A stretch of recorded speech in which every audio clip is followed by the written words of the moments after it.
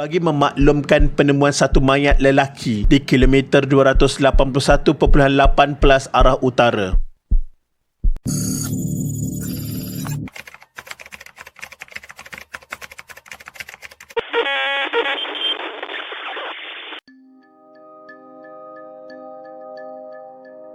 Itulah kata-kata kakak seorang lelaki yang dipercayai meninggal dunia selepas mayat adiknya ditemui orang awam di kilometer 281.8 Lebuh Raya Utara Selatan Plus pada 25 April 2020. Kali terakhir keluarga melihat arwah pada 13 Mac 2020 kira-kira 8.30 malam.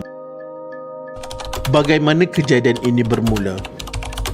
Pada malam sehari sebelum kehilangannya, arwah ada meminta izin daripada ibu dan ayahnya untuk menemui kawan sekerjanya di Tangkak dan mereka memberi keizinan kepada arwah. Arwah yang juga anak bongsu daripada 5 beradik juga ada memberitahu untuk balik ke kampung asal di Bacang, Melaka kerana di sana ramai saudara mara. Bagaimanapun keluarga tidak menyangka arwah dikatakan bertukar fikiran dan pergi ke Ampang untuk meraihkan sambutan hari jadi seorang kawan sekolahnya. Keluarganya menyangka arwah balik ke kampung di Bacang dan berada dalam keadaan baik. Tetapi pada pagi Isnin, ibu arwah telah menerima satu panggilan telefon daripada majikan arwah yang mengatakan arwah tidak hadir ke tempat kerja.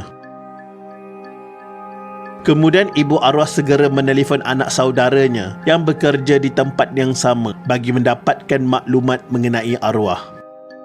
Keluarga kemudian menghubungi rakan sekerjanya dari Tangkak yang memaklumkan arwah tiada di tempat kerja dan dia juga memberitahu mereka tidak berjumpa pada malam 13 Mac itu seperti yang dirancang, dan dimaklumkan arwah dikatakan bergerak pulang ke Melaka pada 3.30 pagi hari yang sama.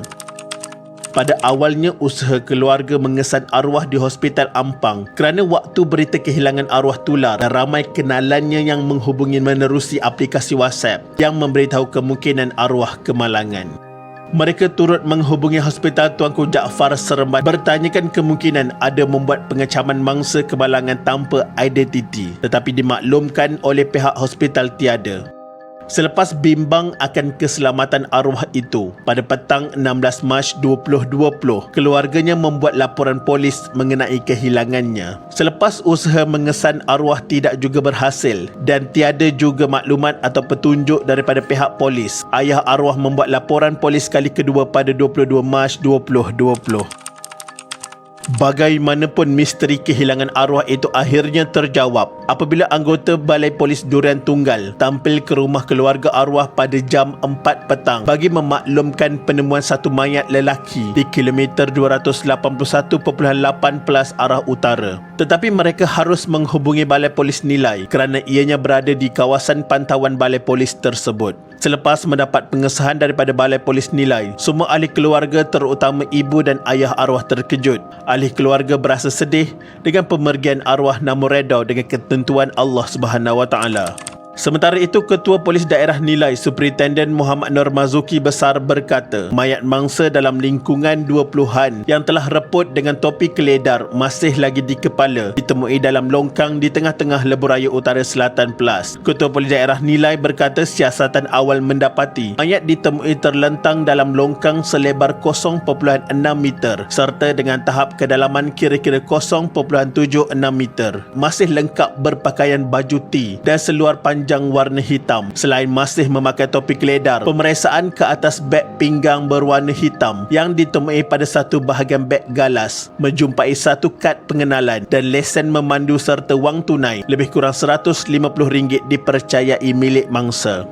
Hasil siasatan pasukan forensik Ibu Pejabat Kontijen IPK Negeri Sembilan di lokasi kejadian tidak menemui sebarang senjata atau kenderaan yang boleh dikaitkan dengan kematian lelaki terbabit. Punca kematian belum dapat dipastikan dan mayat sudah dihantar ke Hospital Tuanku Jaafar Seremban untuk dibedah siasat. Kejadian juga dipercayai tiada unsur jenayah dan kes setakat ini diklasifikasikan sebagai mati mengejut. Pelbagai persoalan ditimbulkan dari kejadian ini sehingga membingungkan pihak berkuasa. Antaranya pertama, di manakah motosikal arwah?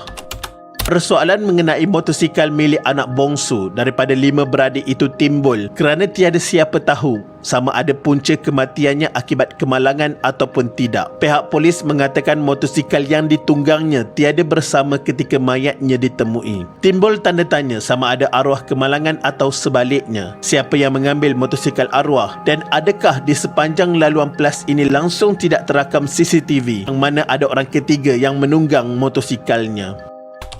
Persoalan kedua, bukan kes rompakan. Ini telah disahkan oleh pihak polis di mana pemeriksaan menunjukkan mereka menemui duit, lesen bersama mangsa dan juga beg sandang hitam milik mangsa. Jika ia benar-benar kes rompakan, tidak mungkin si perompak boleh terlupa berkenaan barang yang penting seperti ini. Persoalan yang ketiga, telefon bimbit mangsa tidak dijumpai.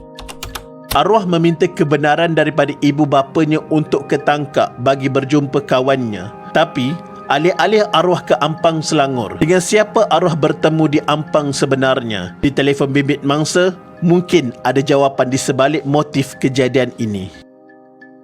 Semestinya keluarga sedih kerana selepas lebih 40 hari mencari arwah, termasuk mengedarkan gambar arwah di kawasan rehat dan rawat RNR, mereka akhirnya mendapat jawapan amat memilukan. Bagaimana sikap arwah? Arwah memang agak pendiam dan rakannya cuma dalam kalangan jiran serta saudara mara terdekat. Malah arwah juga bukan seorang yang suka keluar rumah atau melepak, sebaliknya mendengar nasihat serta sentiasa bersama keluarga. Pada hujung minggu dan hari tidak bekerja, arwah selalu balik ke kampung asal di Bacang, Melaka kerana di sana ramai saudara mara. Keluarga arwah juga kesal apabila ada pihak cuba mengambil kesempatan. Ada segelintir pihak mengaku sebagai ahli keluarga di media sosial dan mohon sumbangan untuk arwah yang dikatakan orang kelainan upaya OKU. Jenazah selesai melalui bedah siasat, dimandikan dan dikafankan di Hospital Tuanku Jaafar Seremban.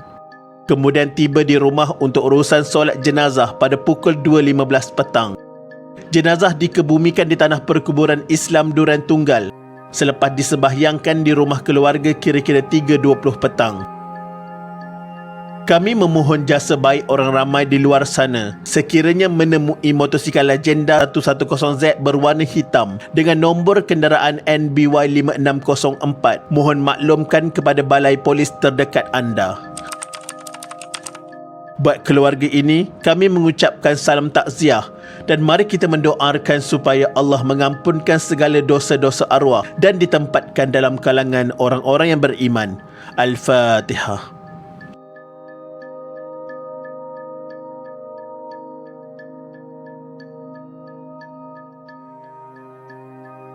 Sekian, terima kasih.